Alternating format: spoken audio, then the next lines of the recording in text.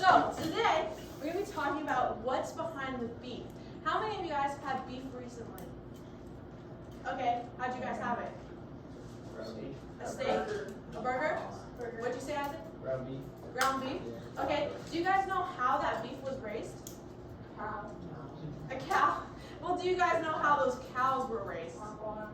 Okay, do you guys know how those cows were fed? Grass? Okay. Do you guys know any other ways that cows are fed? Okay, so grain fed, yeah.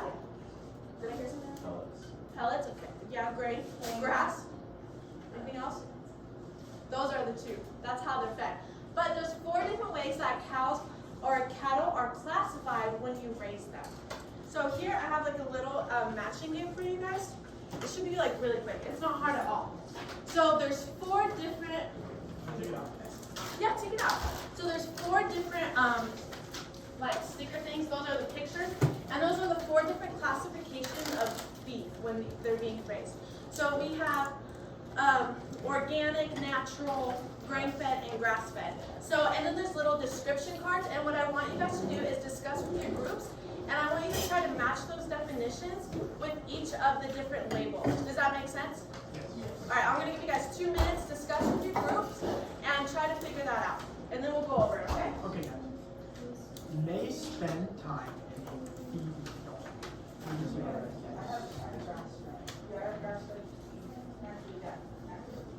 Okay, so do you think it's going to be going to grass? Grass fed? Never received antibiotics or growth injections. There's not like the same amount for each, I think, so just kind of like your best judgment, okay? Maybe grains or grass. Does it make sense to you guys? All organic. Okay. The frame over here What do you starts guys at that chair. May spend time in a feed dog. Okay, that's good, guys. So just kind of like stick it under it, and then just like do that with all of it. Spend their whole And you guys have like 1 more minute, so just kind of figure it out, and then we'll go over it all together, okay? Because yours is like natural, right? Most beef is raised to this way. Most beef. Yeah, what do you guys think? How do you think they're, which one? I think it's Yes. Yes. may or may not use FDA approved. Well, what does that say? So not organic.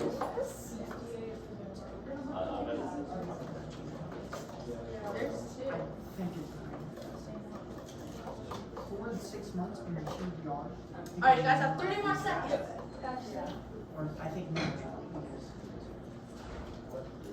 May be grain or grass fed. Okay, so this one's this one. Maybe grain or grass fed. We'll skip that one. Never received antibiotics or growth promotion. All right, 5 seconds. May or may not use FDA approved antibiotics. All right, you guys got it? All right, my back table's good. You guys are quiet over there. All right, how did you guys think you did on this? I think we did all right. Yeah. All right, so I want you to pay attention, and throughout the lesson, where you're going to see bullet points of those descriptions I give you, and as a group, just silently, I want you to fix it and stick it under the right label, okay? Does that make sense, guys? Yeah. Okay, how do I do this?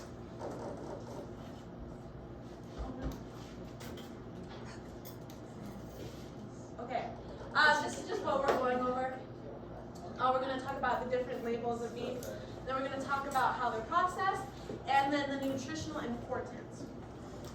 Okay, so where does it start? You guys just did a little activity talking about how it starts and how they're raised.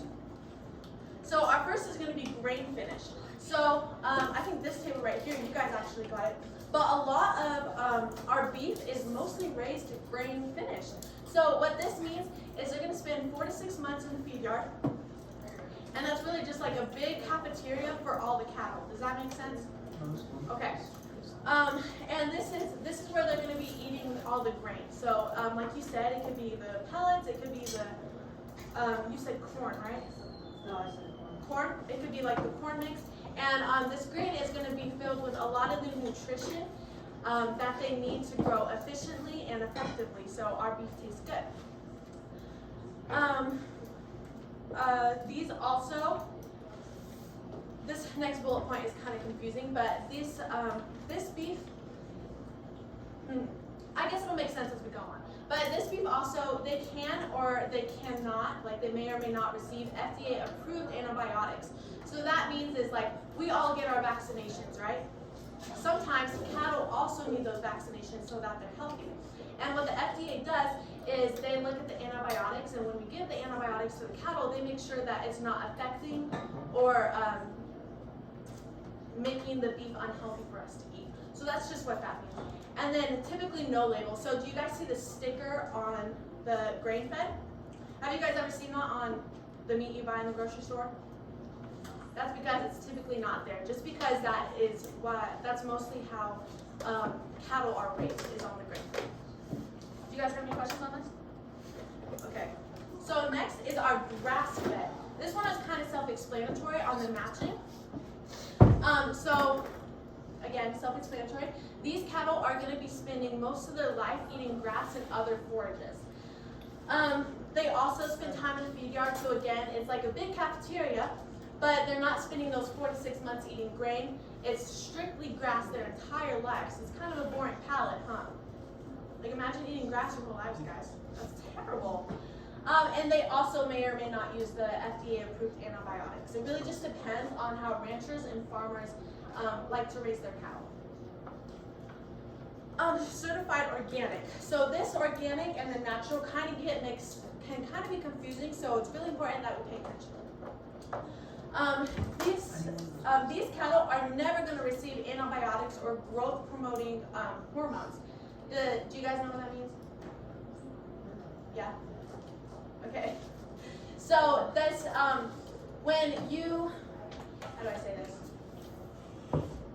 Basically, organic is like they're never receiving anything that's going to affect how it's like it's really raised naturally, but the only difference between organic beef and natural beef is natural isn't necessarily a suggestion.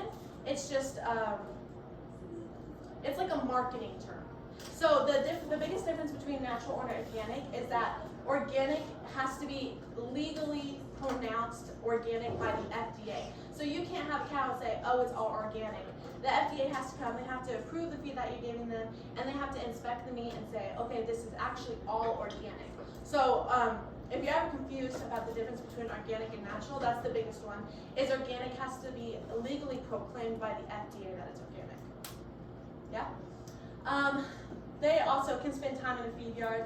It doesn't really matter as long as it's organic, like non-GMO. Everything is like fresh. And yeah, it can also be grain or grass fed, but again, it's all organic.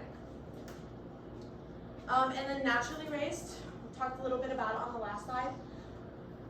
They also can be grain or grass fed. It's really, it's really just a marketing term. It makes some people feel better about it, hearing that it's like all natural. And they also don't ever receive antibiotics or growth changing hormones because again, that's not natural. If you're feeding the cattle a hormone that's going to make them beefier or more fatty, that's not natural.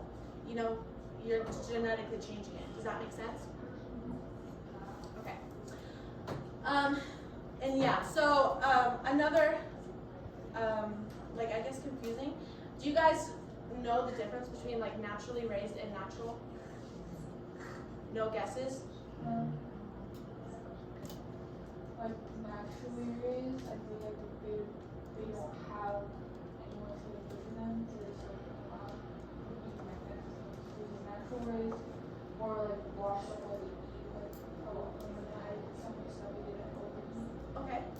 Isaac? Naturally raised sounds like they were always in a field, and natural sounds like more like they were never fed anything like medicine or something like that.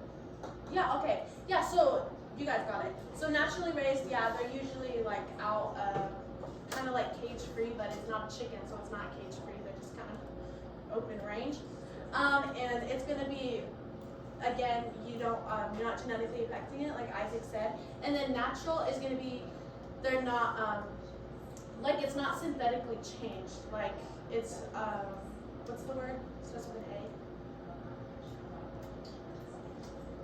I don't remember the word. Okay, we'll come back to that word once I remember it later. But anyways, natural is like it's not synthetic; it's all real. It's like they're not adding any dyes or anything. Oh, authentic? Authentic. There you go. Yeah. I don't know why I couldn't figure that word out. Do you guys have any questions on that? Okay. Next, so how does it happen? So I want you guys to imagine you're 6 years old and you're getting ready for bedtime. Can you all imagine that for me? All right. So you're 6 years old and you're getting ready for bed. What does that look like? What's the environment when you're getting ready for bed as a 6-year-old? Like what's happening? Do you guys have a routine? Are your parents yelling at you? Are they pushing you to go to bed? Okay, I see. Yeah? So you like, parents tell you to go to bed, so you make your way through your bathroom first, you brush your teeth, get ready for bed, put on your pajamas, then you get in bed, get tucked in by your parents, and then you're like, good night, and then they leave, turn off the light, and you fall asleep. Right, so it's very calm, it's a routine. And that routine helps you go to bed, especially as a 6-year-old, right? Yeah, we all have routines for bedtime. They weren't always followed, but you know, there was supposed to be a set routine. Yeah. All right, so cattle also have a routine for when they go to bed or when they go to get processed. You guys know where I'm going with this? Okay, so how does it happen? How do we go from cattle to beef? So just like we talked about, like when we get ready for bed, we have a routine. When we go to send cattle to a butcher shop or to get processed, they also have a routine. Because cattle can be very skittish and frightened, just like how when you're little, you can be skittish and frightened, like your parents yelling at you because you're not listening. That's why they have the routine, right? So have you guys ever heard of Temple Grandin? No? Yeah. Yeah? It's when they treat them like really good before killing them, right? Yes. So Temple Grandin, she's a super cool lady. She's super high functioning autistic, but she came up with a super cool system for cattle, so that it's a calmer environment when we go to send them process. Because, I mean, you're dealing with 1,000-pound animals, and you're supposed to butcher them and get them processed. Like, we want them to be calm, and we don't want them freaking out because it also puts us in danger and not just them, right? So I have a little video we're gonna watch, and it's about Temple Grandin and how she created this low stress environment for cattle. It's super short video, it's like 5 minutes. And when you're watching it, I think there's about like 5 or 6 points, and I just want you to like mentally take notes of that. And then after, if whoever can tell me the points, all of the points, gets a candy bar. Okay? The first person to tell me. Okay? So really lock into the video.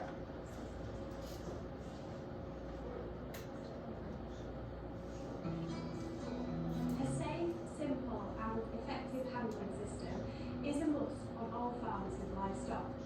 Okay. Breeding will improve the temperament of your herd and ultimately make handling easier and safer. Can you guys all hear it? We put this in about 2 years ago. This is an old dairy collecting yard. It used to be a dairy farm before we came. And so we had a given area that we wanted to try and squeeze our handling system in. Otherwise we're going to have to put new concrete down, etc. We spent a lot of time actually on Temple Grandin's website looking at ways we could do it. And it just happened in the end we found a prefabricated IE version which happened to fit into the footprint. An animal lives in a sensory-based world, not a word-based world. So cattle tend to remember stuff they see, they feel, they hear. You know, for example, if you clump them on the head restrainer, that animal will remember that, and then the next time through they're going to stop and not on the head restrainer because you accidentally caught them like this. It's really important for people not screaming and yelling at cattle, because screaming and yelling has intent. They know you're mad at them. Or maybe just a generator or a motor running in the background, that doesn't have intent. The flight zone is an animal's pushing space. And that, what affects the size of the flight zone is two things: the genetics, the amount of contact with people, and the quality of contact with people. Rough handling versus quiet, low stress handling. And cattle that see people every day, pasture rotation, they can get a much smaller flight zone than cattle that seldom see people.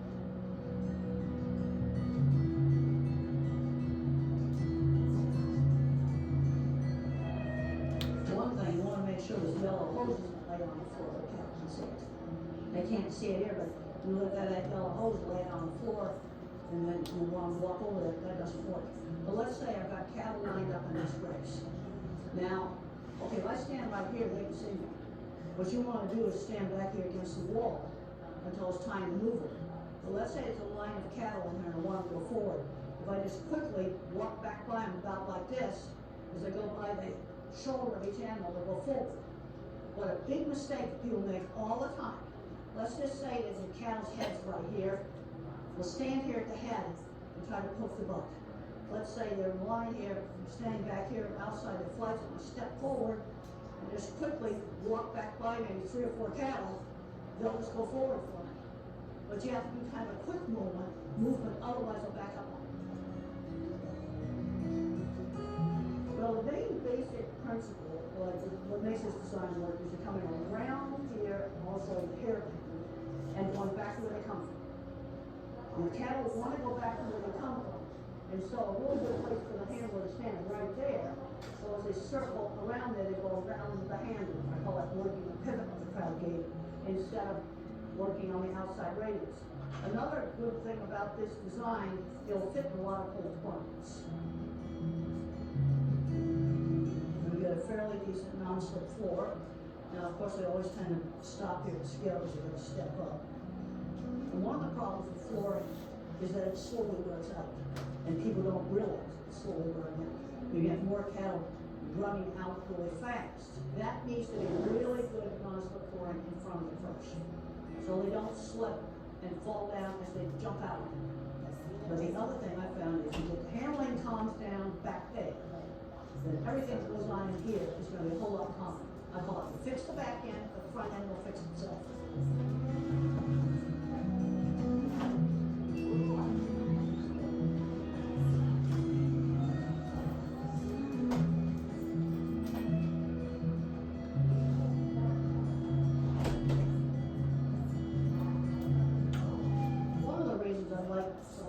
Here is I want to not have a view in all the vehicles and stuff like that. And you've got to make sure that when you're loading, the trucker doesn't just pop up right here. Boom, there's the truck. And now we have to turn back on something, which is super dangerous. The most important size of block is outer perimeters. And what some people are doing on a single file race is the outer perimeter where people don't work, make completely solid. And your inner one where people work having where they can see the person.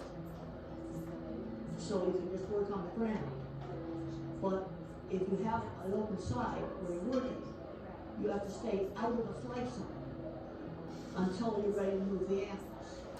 So you have to make sure the race is not so close to the wall that staying outside the flight zone is impossible.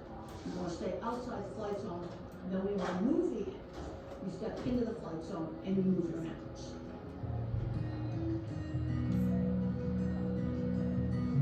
Cattle coming on around the bend, and as it comes on around the bend, there's a metal piece there going across the bottom of the single file race.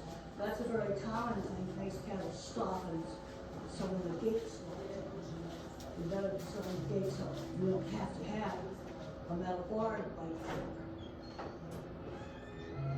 One of my students, Dennis Wilson, did a nice paper at a small abattoir showing how sharp shadows made cattle handling more difficult because animals are stopping and refusing to walk over the sharp shadows. And that shadow will be different in the afternoon than it is now.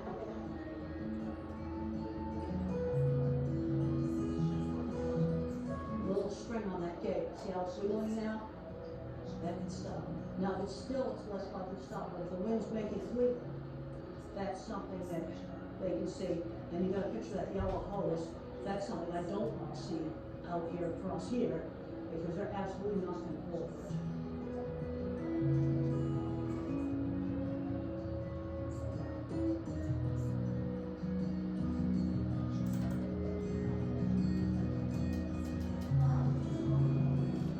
Thank you for watching this video. I hope you found it useful. For more information, Okay. Let's see if you guys paid attention. I just clicked the X. Okay, perfect. Okay, who remembers? Ireland. Non-slip floors, avoid like movements or sharp shadows, solid gates, and then I just remember avoid like did I already say flight zone? Like try and avoid Okay, flight zone. flight zone. Is there more? There's one more. I don't know. Can I give it? Can I have a hint? Sure. Okay, no hints, but I'll give you small piece of candy. Anyone got all 5? Isaac. Oh, well, the flight zone, Okay. no slick floors, the walls, no sounds, no bright things, no sharp shadows. And is there one more? I think you did 6. I think you did more points than I wanted. Okay, yeah. So with non-slip floor is the flight zone. You want to work around the flight zone, and then just always assessing the cattle behavior, and then avoiding unnecessary distraction. Oh, let's see. That's okay. You guys did good. Here, you can get candy, and then Isaac, I'll give you a candy bar after. Okay. And then another really important thing is that the USDA, they come and inspect these processing facilities, and they're always ensuring that it's safe for the animals and the humans working it. Do you guys have any questions on that? No? Okay. So processing and quality control. So this is how, okay, this is the part, you get them through the system, and then this is where they're going to be killed or knocked out. I know that's kind of brutal, but it's the technical terms. So I'm so sorry. So it's this really cool kind of like gun thing that knocks the cattle out once they're in this processing system, and it's super harmless for the animal. So it's like a bolt gun, and it sends a super blunt force to their head, and it completely makes them like desensitized. Does that make sense? It sounds brutal, but it's really safe for like the humans and the animals in this situation. And then after they are knocked out, I'm trying not to make it sound brutal, but after they have been desensitized, this is where they're going to be hung, and have you guys seen pictures of it where the carcasses are hung, and then all the blood drains out of them. So this is kind of a lengthy process. But then, sorry, Ms. Goss. And then after they're hung, all the blood is drained out. This is where their hide is going to be removed. And then after this super cool process, I think this is like a super cool word, but it's called evisceration. And this is where all the organs are taken out, and where the USDA and meat inspectors come in, and they inspect the organs to make sure there's nothing cancerous or any other like debris that's going to be harmful for humans to intake and digest. So that's when they decide if the cow is, or if the cattle are healthy or not to eat. Yeah, the organs are inspected, and then after they've been inspected, all the organs are taken out. This is where the cattle are going to be chilled, and chilling the cattle. What do you guys think chilling the cattle does? Like, does that make sense? Freezes it? Okay. It's gonna preserve it. Preserve it? Yeah. So it gets rid of all the bacteria that is not necessary for us to eat. Oh, did I skip one? Okay, no I didn't. So this is, the USDA has inspected it, and now the processing facilities are ready to cut it into the different cuts and put it into the grocery stores for us. So there is a lot, it's all a super really long, sorry. I'm sorry guys. It's all a super long process, but it's a lot of organization. So the carcass are going to be cut into primal and retail cuts. Have you guys ever heard of that? Okay, someone tell me what it means. The different parts of the body. Okay. The meat and like Okay, yeah. So that's what the primal cuts are. So there's lots of. I should have come up with the. Let me. But the primal cuts are going to be the biggest cuts of your cattle. So there's going to be. Oh my gosh, this is a weird word. Okay. So they're going to be your largest cuts of beef, and they're going to be sold in. Here you guys go. Can you see that? Okay, so these are all your primal cuts. So it's like your chuck, your rib, your flank, your round, your loin, and these are sold in bigger bulks rather than like a singular steak. Does that make sense? Your retail cuts are going to be like your ground beef patties, your steaks, your stew meats, your roasts. So every beef retail cut comes from one of these primal cuts. Let me go back to the slideshow. And then after they are cut and distinguished into their primal and retail cuts, they're going to be graded on their quality. So this is going to be your prime, your choice, and your select. And what this means, it's really just grading the marbling on your beef. Do you guys know what marbling is? the difference between like the fat and the actual meat. The fat and the meat, yeah. So your prime is going to have more marbling. And marbling is, like you said, it's fat. It's just like flavorful fat. And it's like, it has more like nutrients in it. And then the lower you go, and then choice, it has like some marbling, not the most marbling. And then your select is going to have not the most marbling. So they all really taste good, but essentially what's going to taste better? The prime. Yeah, the most marbling. And then it's packaged and it's sent out to the different grocery stores. So why beef? Why should we intake beef? What do you guys think? Protein. Protein? Okay, have any of you ever thought, like, is beef really good for me? Yeah? Do you know, like, what did you think it wasn't good for you, or you just thought? For the protein and it's good to have meat. Okay. Yeah, there you go. So, like you guys said, beef has a lot of high quality protein. Why do our bodies need protein? Big and strong. Big and strong, yeah. So a lot of you, how many of you play sports? You guys are like active every day, right? And what do you guys eat a lot of? Chicken? What else? What does chicken have that beef has? Protein, that's right. We need protein because our body converts it into energy that we need, and it makes our muscles big and strong, and it grows, it grows. Yes, it grows, yeah. So beef is considered a complete protein, and what that means is it has all 9 essential amino acids. So that's just the different kinds of proteins. Do you guys know the different amino acids? Can someone name all 9? I'll give you a candy bar if you can name all 9. No, hey Siri, no, hey Siri. Anyone has any guess? That's okay. We don't need to go into it, but it was like a little extra thing. Yeah, it has all essential amino acids. So that's just like all the different proteins that are going to be essential and nutritional to our bodies. And like you guys said, protein is really essential for our muscle growth and our enzymes. And that's what's going to give us the energy to kick a soccer ball or play football or whatever other sports you guys are into. And tissue repair, it's really good for tissue repair too. Protein also keeps you full longer. So what's going to keep you full longer, guys? A steak or like a McDonald's chicken nugget? A steak, right? And it's like, it's not synthetic, it's all natural like we talked about, rather than the McDonald's chicken nugget. Let's see what else. Yeah, it's really important for growing teens, especially kids your age, because it has that protein that our bodies need. Another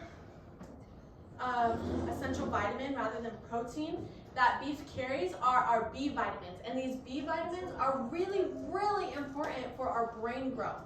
Our brains are still developing, so like young adults and younger teens, I think you guys are all like what, juniors? Juniors. Juniors and stuff. Okay, so like teens and like young adults, it's really, really important that we're taking, like we have a healthy intake of these B vitamins because that is what promotes and supports our brain growth.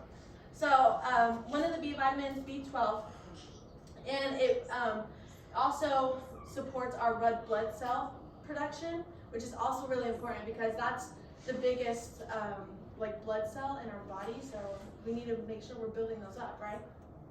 Right. Yeah, it turns food into usable energy. Again, it's, I don't know, your B vitamins, guys, eat them.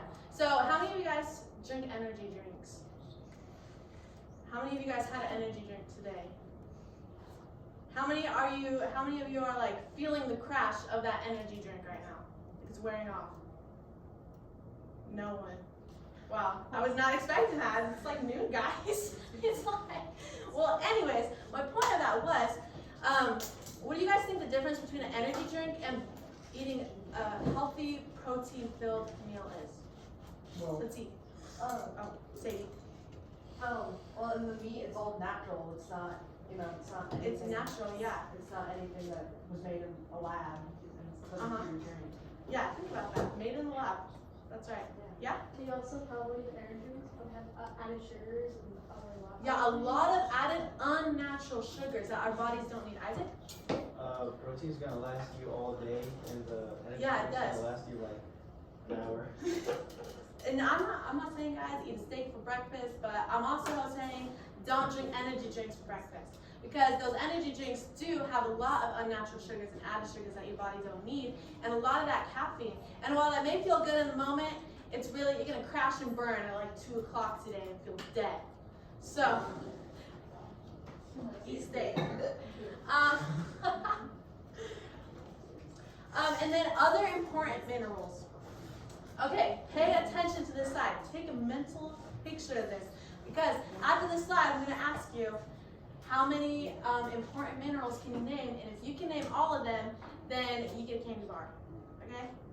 If not, you guys can all have a piece of candy time. Yeah, no cheating, no cheating. And you guys, if you guys like want to write them down on the back of a paper, you can, but I'm gonna go fast through this, okay? So iron, how many of you guys have ever heard of an iron deficiency? Okay, yeah. How many of you know a person with iron deficiency anemia? Right, it's super, super common. A lot of you in the room, the majority of you guys. So eating a lot of beef can help with that because it has a lot of iron in it. Just as like it has a lot of protein, it also has a lot of iron, which is also super essential for our bodies. And it also has a lot of zinc. And zinc is going to support our immune function. And our immune system, who knows what the immune system does for us? Fights off bacteria. Yeah, and the pathogens that our body doesn't need. So without the zinc, our immune systems aren't at their like full potential, which means we can get sick a lot easier. So zinc is another super important mineral that beef can provide. And then selenium. This is going to protect our cells from being damaged. Remember how we talked about the protein builds up our red blood cells? Well, the selenium is going to protect those red blood cells after they're made. So that's another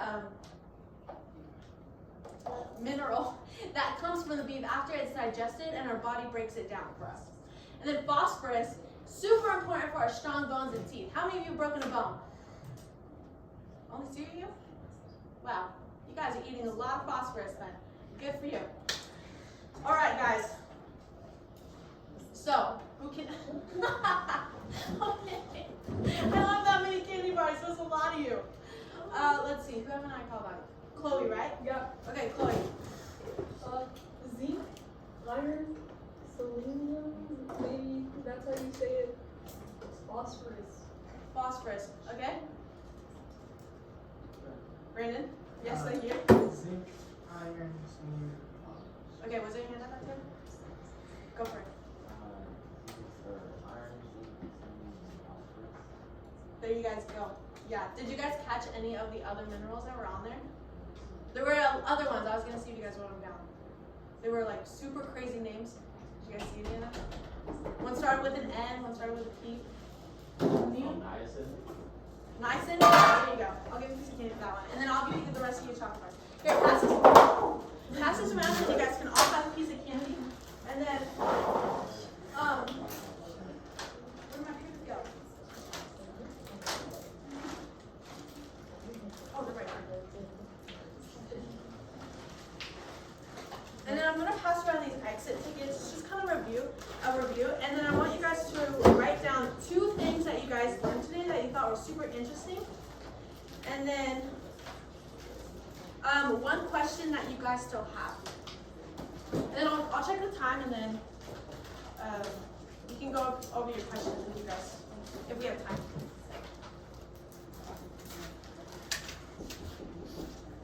Need your bag.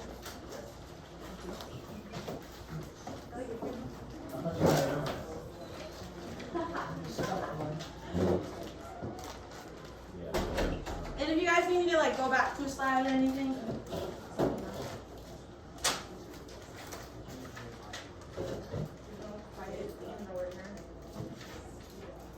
Did everyone get one? Did you get one? Alright. Just 2 things that you learned, and then 1 question that you guys might ask. Also, there's a lot of candy, so if you want to pass it around again, like I don't know. But you guys need it.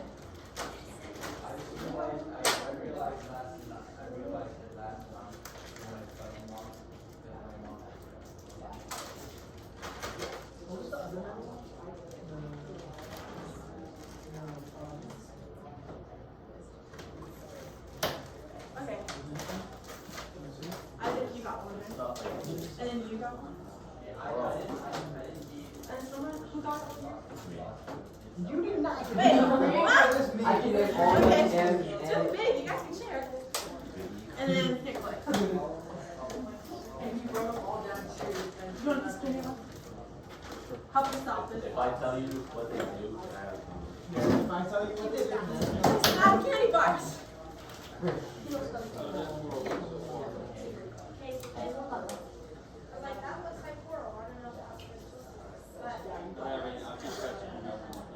Alright, I have a bonus question. Okay? Bonus question. The next, if you guys answer the bonus question, you get 5 pieces of candy, okay? So, as culinary students, why do you think this information is important and like pertains to you guys?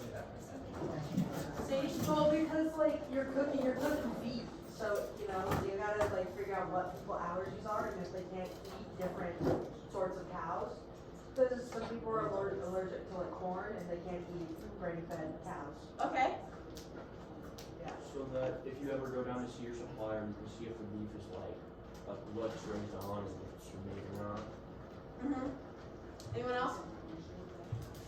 Knowing what to put on a menu. Yeah, no, that's a big one, right? Like, especially if you guys are gonna grow up and be like chefs or something. You guys need to know what you're putting on your menu. So if your customers have questions, you can answer them for your customers, right? Yeah? Also, really, there's no background of what you're like cooking and making. Yeah, you need to know what you're making. Yeah. Yeah. All right, guys. You guys can all keep.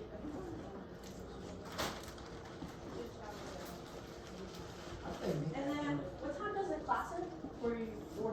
44? Okay. If you guys have any like questions that you really, really want answered, just let me know. We can talk about them. What was the gun called that like knocks out the sound? I can go back to it. It's not going back. What's my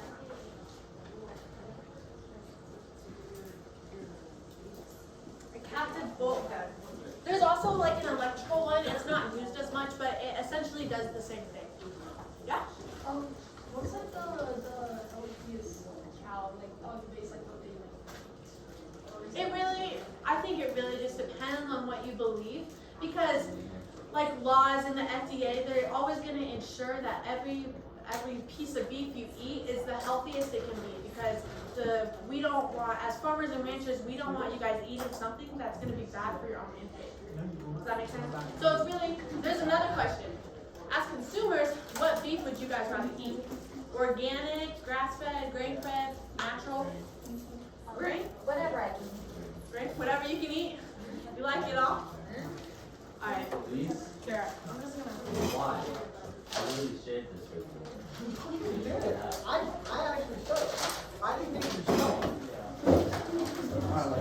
back. Alright, you can end the line. Alright,